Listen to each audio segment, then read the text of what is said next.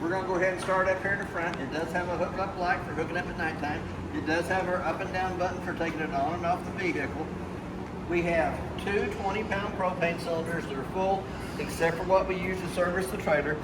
The regulator's pointed towards that one over there, so we worked off of it when we started our project here. It does have one new 12-volt battery on the front of the unit. It also has two holes in the bottom of the propane cover that you can put a bungee cord underneath the metal rack to hold it in place. But it also has the quick disconnect up at the top so that you don't have to take the cover off every time that you want to get into the cylinders to open them or close them. It also has a 7-way holder on the outdoor side that keeps your 7-way up off the ground from corroding, and your chains. As we start down the off-door side, we're going to go into our front compartment. In our front compartment, we have a battery disconnect. We also have a solar panel digital readout that shows you what the solar panels are putting out to the battery. And right up above that, we do have a manual crank handle that is a 3/4 inch socket that is for taking the spare tire down on this unit. They all have a magnet that holds the doors up out of the way, so you don't have to worry about them slamming down and hitting you in the head. But as we start down the off-door side, the first stabilizer jack on this side has a manual crank handle on the other side of the unit that goes on this side over here. We call it a split handle that goes in there, and will manually crank them jacks up or down. For any reason they won't work off the switch, there is a manual way to do them jacks up and down. As we start back, we do have an outside shower that gives you hot and cold running water to this side of the unit. We're going to come up on our water compartment. The top one is your black tank flush, so that when you got your holding tanks dumped, you can hook a water hose and regulator to this connection, turn water pressure onto it. Has a little aerator on the inside of the tank that spins around and cleans more of the debris out of the inside of the black tank only. Or you can hook your water hose and regulator up to the front connection, which is your city water connect, and never have to fill your tank. Or you can hook it to the back one and fill your holding tank underneath the unit. Right down below that, we do have two low water drain points underneath the radius metal. The red is the hot side of the water system, the blue is the cold side of the water system. It does have a 50 amp power cord that goes on, makes a quarter return, tighten up the black knob. There is two LED lights on the end of the hose over here that has blue LED lights showing that it does have 110 coming through the cord. We're going to go back to our termination valves. It goes on just like the sewer hose goes on where the cap is. You'll pull your 3-inch valve in the back, which is your toilet water first. Let all the nasties drain out that'll drain out. Then you got two gray handles. Gray 1 towards the front will be your kitchen or bathroom sink and shower water. Gray handle 2 in the back is your kitchen sink water only. Then you can always come back to your black tank flush, hook that with the water hose and regulator, turn water pressure onto it, finish cleaning out your black tank only. The lug nuts on the trailer have been torqued at 100 foot-pounds, is what's recommended on the side. Excuse me. And it does have 65 pounds of pressure in the tires on all the tires. We're going to go back on a little bit farther. We're going to come on to our Suburban on-demand water heater. On the outside of the Suburban on-demand water heater, it has an on and off switch. That is in the off position, this is in the on position. We'll show you the rest of the Suburban on-demand when we get to the inside. It is also prepped for a backup camera up top. And it is also prepped for a Lippert extendable ladder for going up and checking the roof. It's just my theory, but the roof is the life expectancy of the trailer. Anything happens to the roof up on top, it will start showing on the four corners, inside or out. It does have a sewer tube holder on the very back of the unit. And it also has a 2-inch receiver on the back. Then we're going to come up here. We do have a park cable hookup and a satellite hookup. So if you have satellite, you can hook to the connection on the right. If you're at a park that has cable, you hook to the connection on the left-hand side.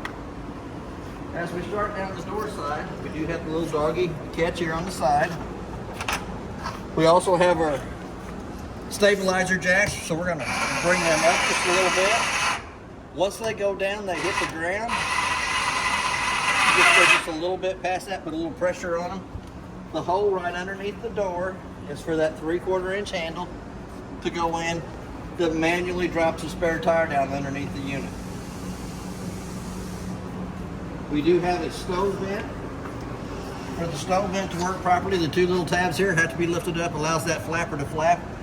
Not that you're going to burn food, but if you want smoke from the inside of the fire to the outside, those two little connections have to be lifted up, allows that flapper to flap. We also have a 110 outlet on the outside of the unit that you can plug a TV into. Park cable or antenna hook up right down below that so you can watch the ball game underneath the canopy. And we actually have a porch sprayer on this side over here that gives you cold water only to this side of the unit. The next connection up is the outside of the furnace. It's going to suck cold air in the top, hot air out the bottom. I always suggest putting a mud dauber screen over the outside of the furnace for the simple fact that once it's been lit on propane, the new smell's been burned off of it. Seems to attract mud daubers in there. They go in, they build their little dirt nest on the inside of the cylinders, which causes your airflow to not be properly, which causes your furnace not to cycle properly. So that $20 investment's worth its weight in gold because it's $155 an hour for every hour that we have to take the furnace out to clean it. Then we got our outside kitchenette. Does have a magnet to hold it up in place. Does have thermostatic controls up in the upper right hand corner. But this is 110 only. Has to be plugged into 110 for this outside refrigerator to work. I'm going to bring it back down. It also has LP quick disconnect on this side over here. Excuse me. It works just like an air hose. It is a quick connect in and out. We're going to come up to the bedroom door. You got access straight into the bedroom, into the bathroom from this door here. It's pretty simple with the steps. It does have a handle in the center that you pull out against. Let that fall down. Another handle in the center. You don't want to get your hand in between these two, off to the side, or the bar here in the center for bringing those out. We have our second stabilizer jack, electric switch on the side over here. We're going to go into this front compartment. Two manual crank handles over here. This one goes in top of the tongue jack that will manually crank that tongue jack up or down. For any reason it won't work off the switch. There is a manual way to crank it. The manual crank handle up here at the top that is slotted on the end is for the two stabilizer jacks. We also have a 110 outlet. We have a two-way light that you can put towards motion sensor so when you open the compartment. And then there's a little black switch off to the right hand side of that that turns our three LED lights in the front of the unit on. Pretty decorated lighting. So we're going to go back to the main door. We're going to go ahead and leave that open. We're going to lift the handle up on the door. We're going to fully extend the door wide open. The little blue handle on the left hand side loosens the steps from the door frame, allows it to come out. There is a push button underneath each one of the legs, 15 to 18 slots in the legs, little handle in the center. The main thing is, once the steps come out, it has to lay flat in the threshold so that the front door fits over the top of it without dragging. So you want to get the unit on spot, level, front to back, side to side, stabilizer jacks down, and then your main steps are going to come down next. But the main thing is it has to lay flat in the threshold. So we're going to go to the inside of the unit. We're going to go ahead and turn that little light on. We do have a working fire extinguisher on the right hand side as we step in. So we're going to come down, we're going to run the slide room out.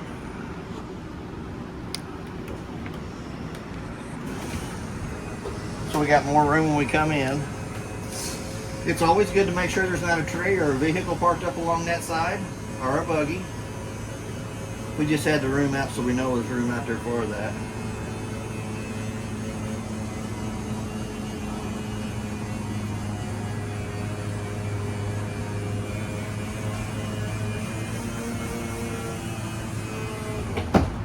There we go. The little green sheet up here at the top tells us the battery button is the voltage that's in the battery. The fresh tank is your clean water that's in the battery. Your black tank is your toilet water. Your gray tank 1 is your shower and bathroom sink. And gray tank 2 is your kitchen sink water. So when we come down here at the bottom, anytime you motion your hand in front of it, it's going to show you. Battery's fully charged. To get an accurate reading of the battery, you need to have the 110 line unplugged. Then we're going to go over to the fresh tank. Shows you the fresh tank is still full. Black tank is empty. And as they show, they'll show 1/3, 2/3 full. Once they hit full, they'll all turn red. But your gray tank 1 is your shower and your bathroom sink. gray tank 2 is your kitchen sink water only. The light switch is down below that. Excuse me. The first one turns your main set of lights on in the living room kitchen area. The second light switch turns our LED lights on our awning. Third light switch turns our accent lighting on above the slide rooms. We also have heated tanks underneath the unit. And then we have our water pump switch that turns the water pump on between the freshwater tank and the faucets. So we're going to come right down below that. We do have an extend button for the awning. I'm going to run it out as far as we can get it. I don't know if we can get it all the way out with the roof beside of us or not. But we'll run it out as far as we can get it. It does have a pinch point at the bottom of each one of the arms that you can pull down against to put the pitch of the rain coming off the back of the awning or the front, either way you wanted to go with it. Did check the canvas, there's no holes in it, so we're going to retract it back up in case they decide to run the room out on the roost.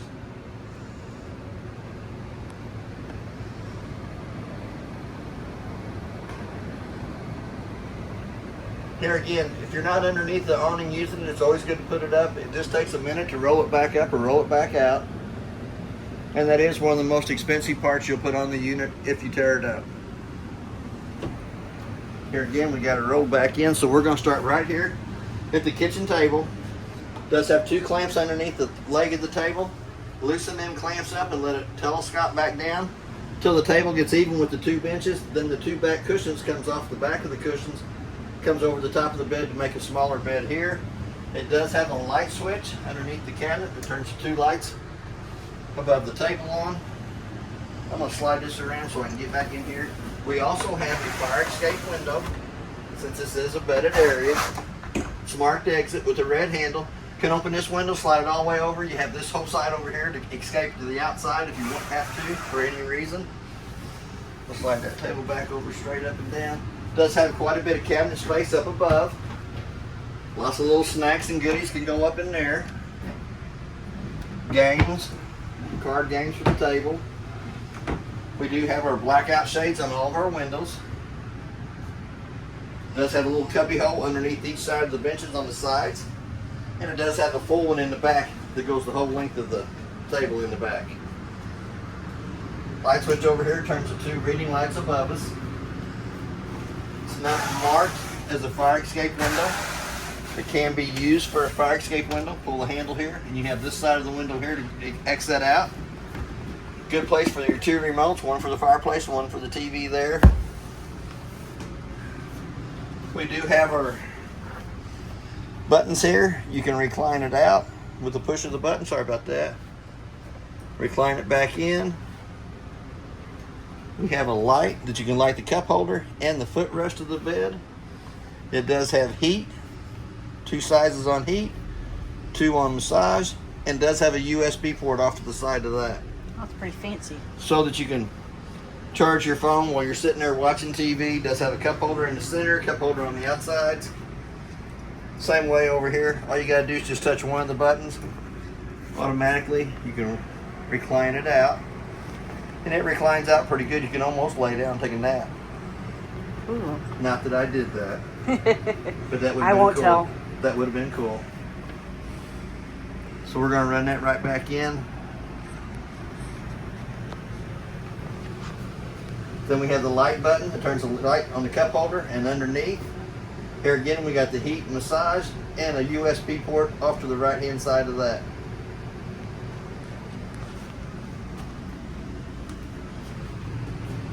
Now we're going to go into our refrigerator, freezer section.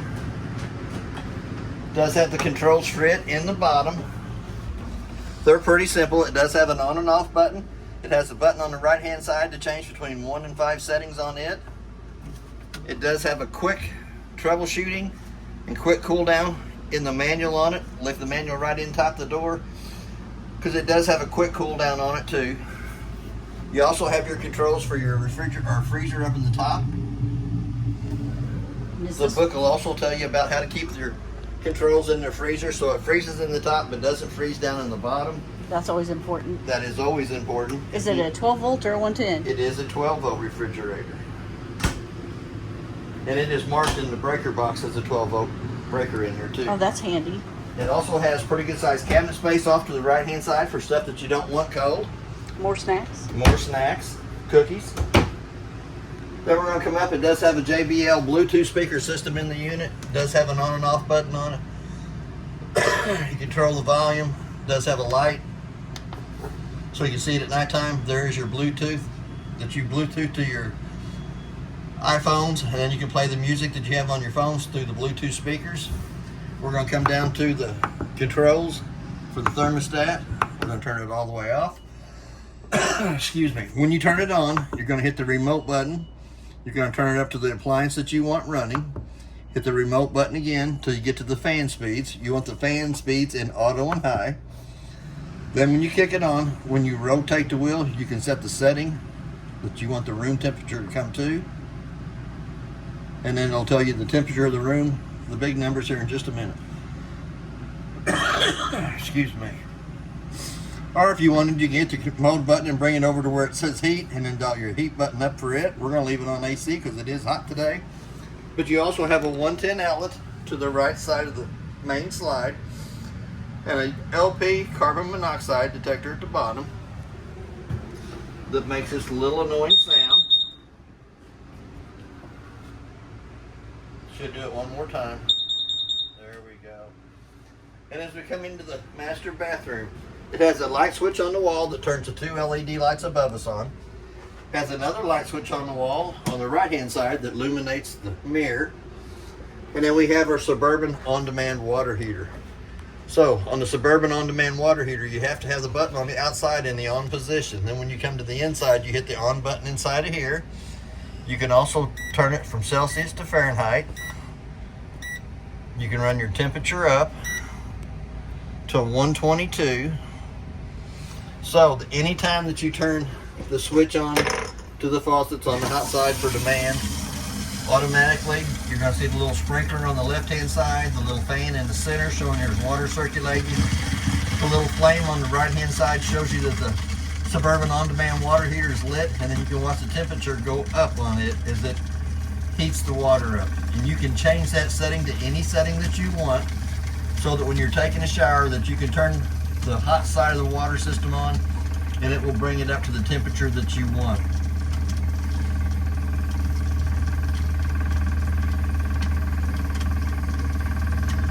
But it'll go all the way up to 122. The longer the water runs, the hotter it will get.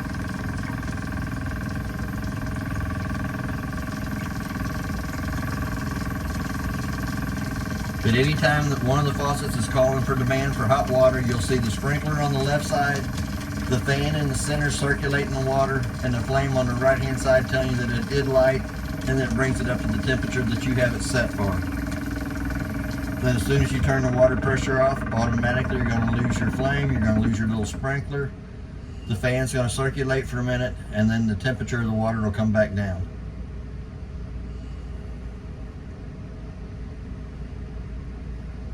Sometimes it takes a little while to cool the chamber off since it was hot.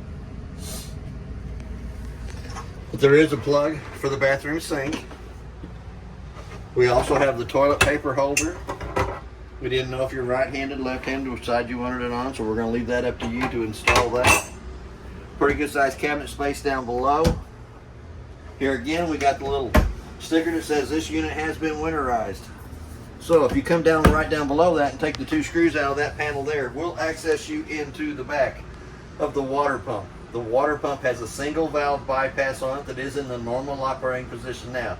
When you get ready to winterize, you'll bring your 2 jugs of antifreeze in. You'll turn that white valve the opposite way that it is so that it sucks from the hose. Kick your pump on, suck from the antifreeze jar, and put antifreeze through all the lines on the inside of the unit. Here again, you do have an air conditioner vent bringing air into the bathroom. We have a vent in the ceiling that you can open up. A little black switch here turns the fan on for pulling the moisture out. The handle closes it down. On your shower, you still have your hot water on the left side, your cold water's on the right side of all your faucets.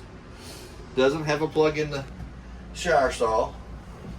Does have a privacy curtain that slides over locks into place. Push in on it just a little bit, slides back open. We're going to go into the toilet. It does have dirty looking water in it, but you can push down on the pedal, fills and dumps. If you push down about halfway on the pedal, it'll go ahead and bring the water pressure back up to where the ring's at. Still needs to be cleaned.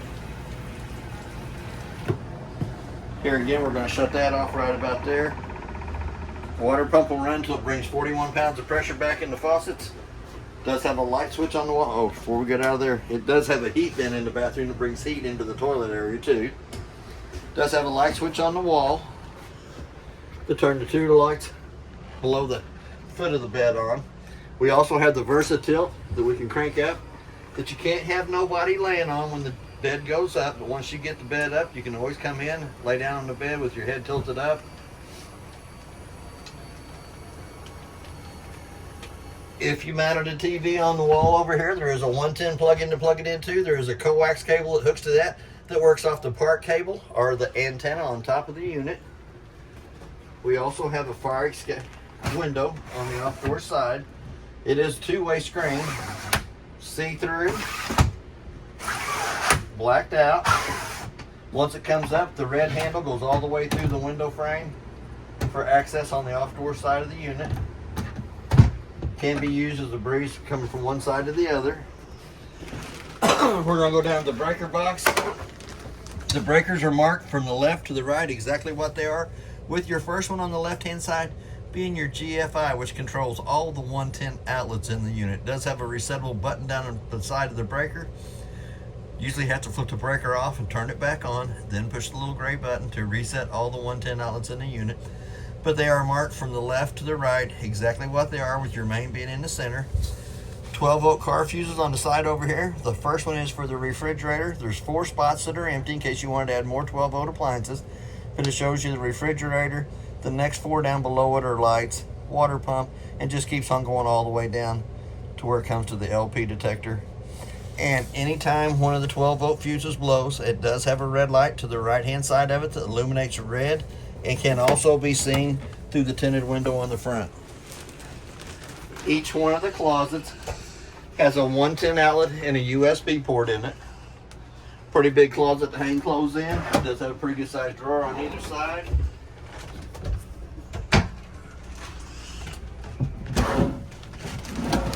We do have another light switch up here at the top that turns the 2 lights above the headboard on. And then we have a big cabinet up above, extra pillows, blankets, whatever you need in there.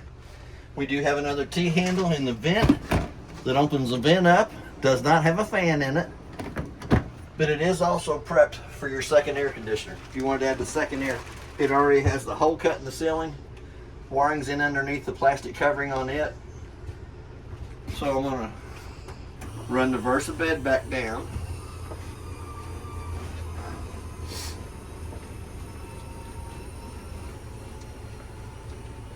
That 110 outlet and USB port could be reached from the headboard, from the head of either side of the bed. And then we're going to lift up on the foot of the bed. Does have struts. Does have the 4 little baskets underneath there for shoes. Does have another little tray right above it. And it does have full access into your front compartment. You can stock a lot of goodies in there too. Here again, you do have the round vent that brings AC into the master bedroom area from the main AC. Or if you added the second AC, it would have hand controls on it and would blow straight down on the bed. It does have privacy doors between the master bedroom and the bathroom. It does have a privacy door between the bathroom and the living room kitchen area.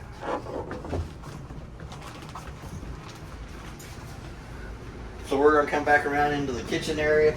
You do have a 110 outlet on either side of the kitchen sink, one on the left hand side there, one on the right side of the cabinet up above. We do have a light switch here that turns the 3 lights above the kitchen cabinet area on.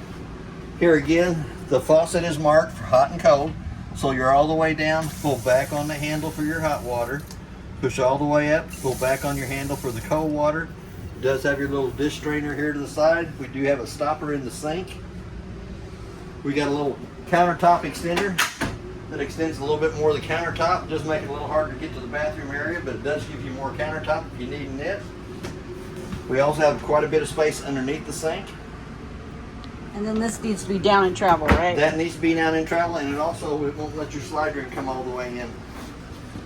And on it does have a little button on either side that you lift up on, allows that to slide down.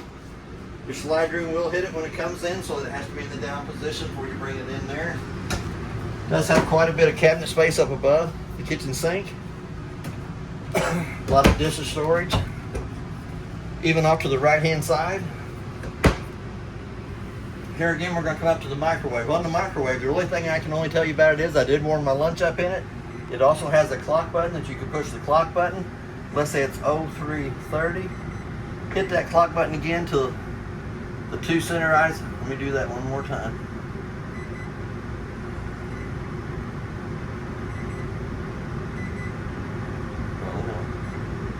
You gotta reset it, get it off the cooking part of it. We're going to go to the time. 03:30.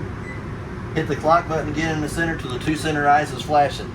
The reason I set the time on the microwave is if I leave the unit for any reason, have to come back to it, if I get back and it doesn't have the proper time, I can tell that the unit has lost a 110 power coming to it while I was gone, so that I can check my refrigerator next, make sure I didn't lose my food service. It does have a light for the stove top. In the up position, turns the light on.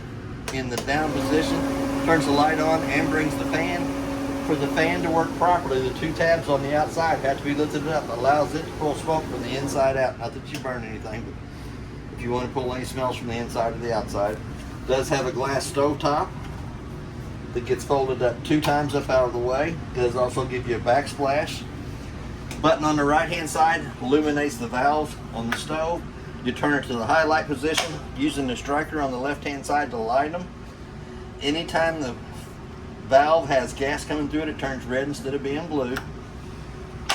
And they do have a little thermocoupler off to the right hand side that has to heat up to a certain temperature before it will stay lit. So you let it run for a little bit and then pop it out. Presto, all 3 burners up on top lid. All 3 burners show red that they have gas coming through the valves. So we're going to go down into the oven section of it. If you flip that button to the down position, you have a light inside the oven. We're going to turn the gas valve on the oven to pilot light using the same striker as we did on the top for lighting the oven. Sometimes it takes it a little longer to get gas down to this. There we go. You're going to let the pilot light on it. You're going to let it burn for just a minute, which heats the thermocoupler right above it up. Once it gets up to temperature, you can crank the oven up to the temperature you want. Automatically it lights. Anytime that it has gas coming through it, it'll illuminate it red. So we're going to turn that right back off. We're going to shut the door on it. We're going to go back up to the blue lights at the top. We're going to go in the top drawer here. We do have a remote for the TV. We have a remote for the fireplace. We have 2 sets of keys for the unit. 1 purple key does the lock and deadbolt on the front door. 1 purple key does the lock and deadbolt on the back door.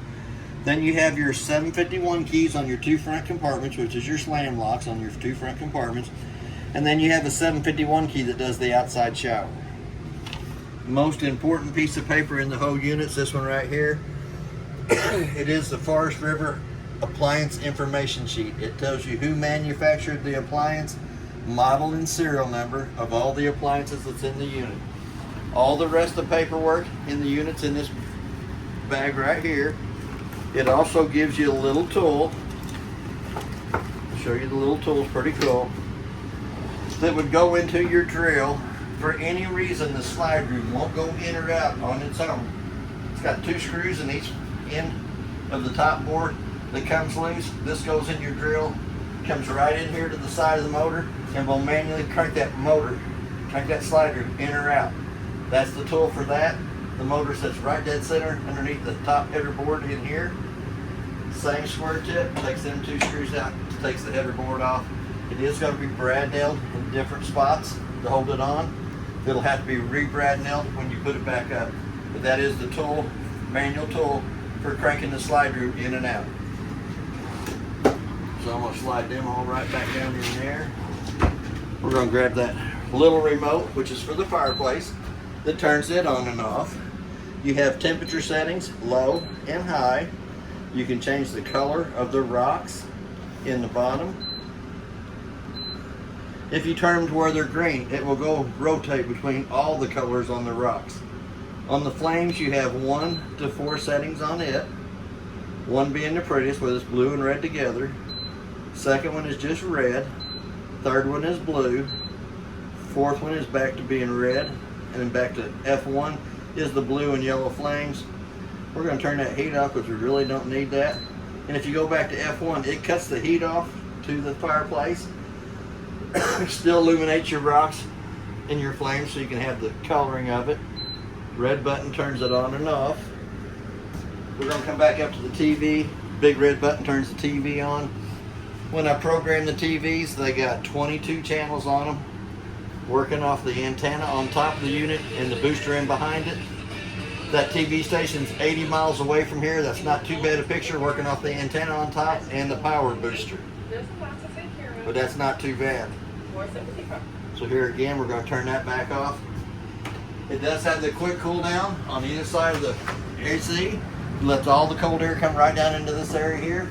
When it gets cold enough in here, you can flip that back and it goes back to the round vents in the ceiling. We do have a working smoke detector right above our heads here. It's going to make that a annoying little sound.